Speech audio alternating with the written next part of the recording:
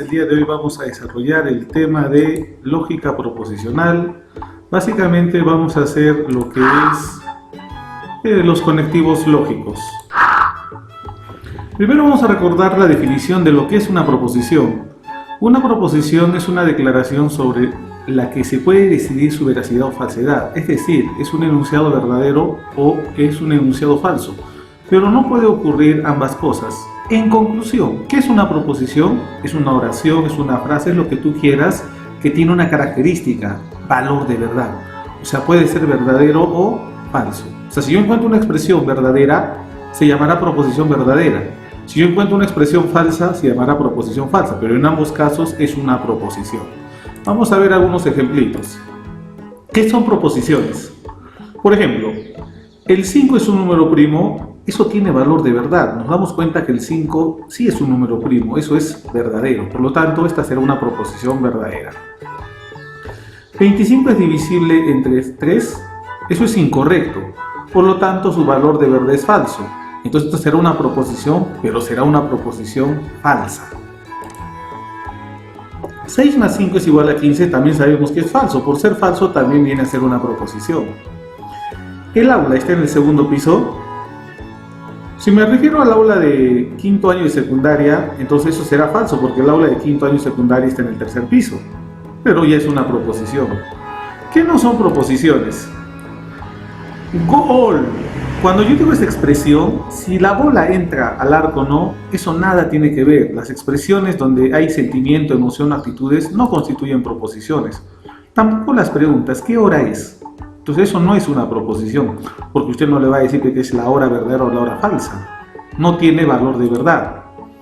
X más 2 es igual a 8, esta es una ecuación. Las ecuaciones son enunciados abiertos, no constituyen proposiciones porque X es incógnita. El mismo término dice que es algo desconocido. Lávalo. Lo puedo tomar como una orden. Las órdenes tampoco son proposiciones. Prohibido estacionarse, tampoco es proposición, no, prohibido estacionarse, prohibido el uso de celulares, etc. Pues ya tenemos la idea de lo que conste, eso es una proposición, ¿no? Todo lo que sea verdadero y falso constituye una proposición, y las expresiones que no constituyen ni verdadero ni falso no son proposiciones.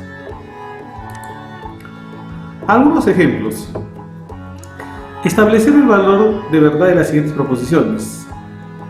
La proposición Q, que viene a ser España es el campeón mundial del fútbol en el año 2010, es una proposición verdadera, pues España ganó la final en dicho año. La proposición T, junio es el quinto mes del año, nos damos cuenta que es falso, porque al enumerar los meses del año podemos apreciar que junio es el sexto mes del año y no el quinto, ¿no? Vamos a continuar.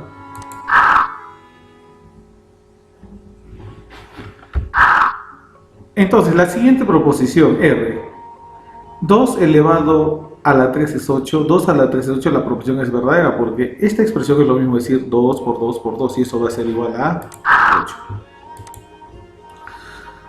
Vamos a diferenciar ahora qué es una proposición simple de una proposición compuesta. ¿Qué es una proposición simple? Es aquella que contiene una sola afirmación y se simboliza con la letra P, Q, R, S, T. Generalmente se utilizan en minúscula las últimas letras del abecedario. A esto nosotros lo vamos a llamar variables proposicionales. Ejemplos. 15 es un número primo, esta es una proposición simple, por lo tanto yo lo voy a representar mediante la letra P.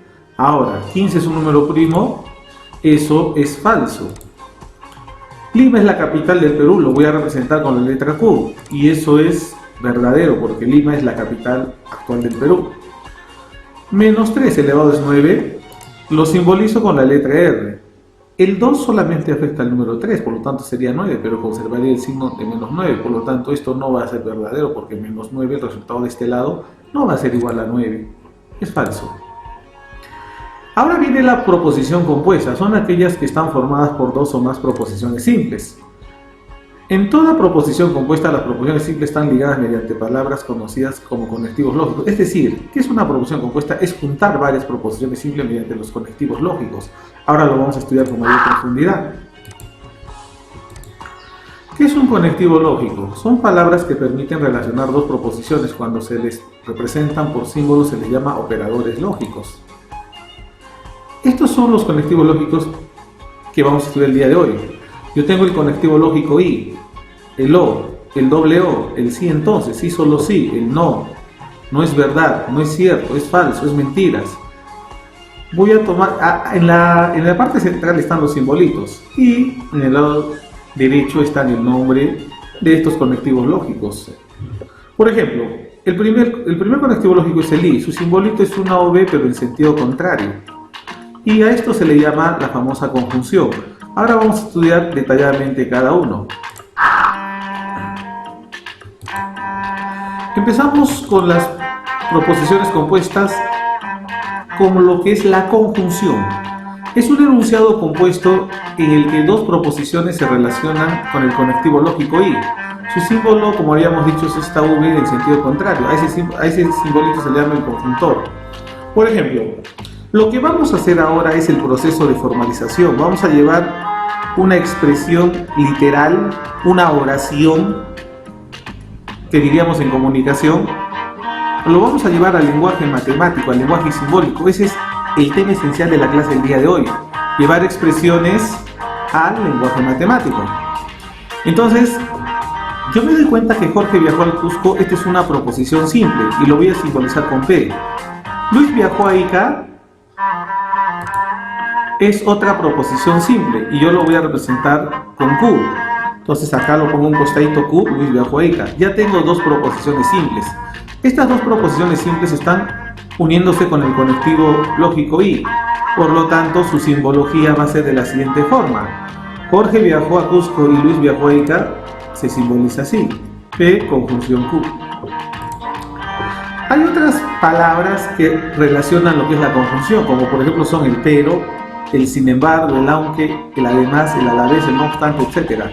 Esto me representa también a lo que es la conjunción.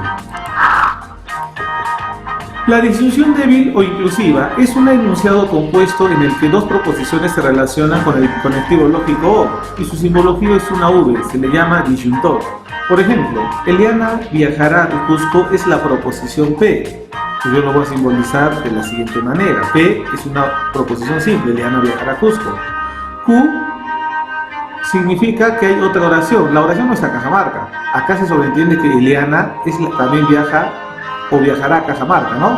Eso significa que Eliana puede viajar a Cajamarca. Entonces, esto lo simbolizo con Q. Eliana viajará a Cajamarca. En la expresión Eliana viajará al Cusco a Cajamarca hay dos oraciones simples. La primera es Eliana viajará al Cusco, que lo simboliza con P. Y la segunda es Eliana viajará a Cajamarca, que lo simboliza con Q. Y el conectivo lógico es el O de la disyunción inclusiva.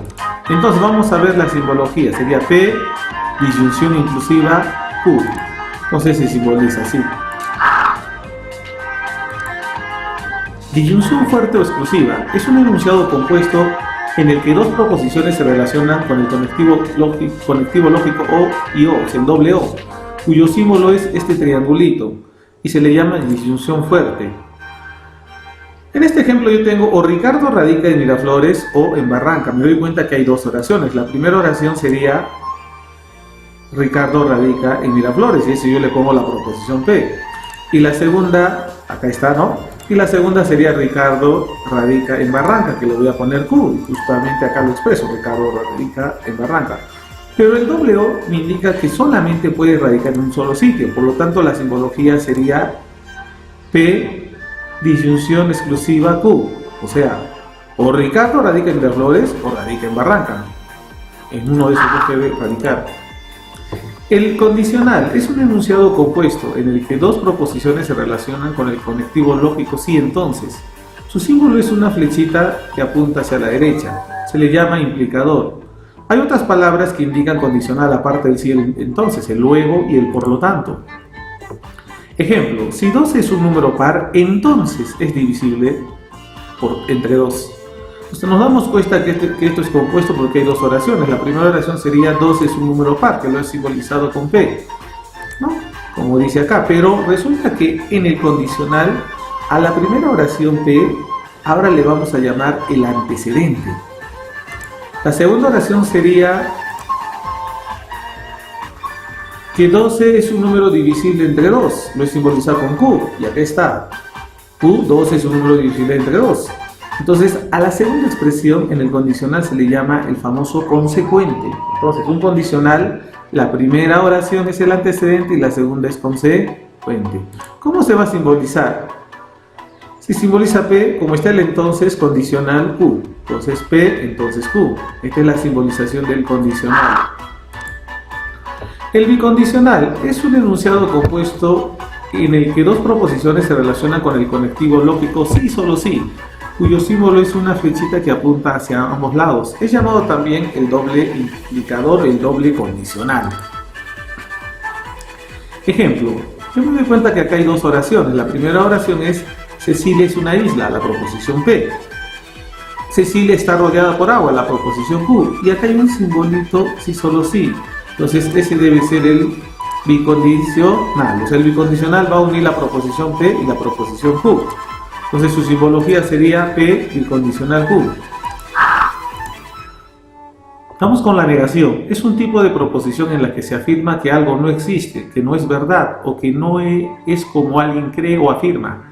Para negar una proposición se le antecede el conectivo no o equivalentes a él, cuyo símbolo es este simbolito que está acá, me expresa lo que es la negación. A este simbolito, que es una especie de una curva, se le llama el negador. Ejemplo, acá en el primer ejemplo voy a negar lo que es una proposición simple. Todo número elevado al cuadrado es positivo, lo he simbolizado con P. Su negación sería no todo número elevado al cuadrado es positivo, entonces sería la negación de P. Pero la negación también puede afectar a una proposición compuesta. Cuando se niega una proposición compuesta, se niega al operador de mayor jerarquía en dicha proposición. En otras palabras, en este ejemplo dice, no es cierto que Pablo fue al banco y retiró dinero. O sea, no es cierto, está negando a toda la proposición compuesta, es decir, negación de Q, conjunción R. Entonces, de esta manera, ¿no? Negación de Q, conjunción R. Entonces, este sería su esquema molecular. Bueno, muchachos, eso ha sido todo por el día de hoy. Atentos a la actividad que se les está mandando. Nos vemos hasta la próxima edición del siguiente video.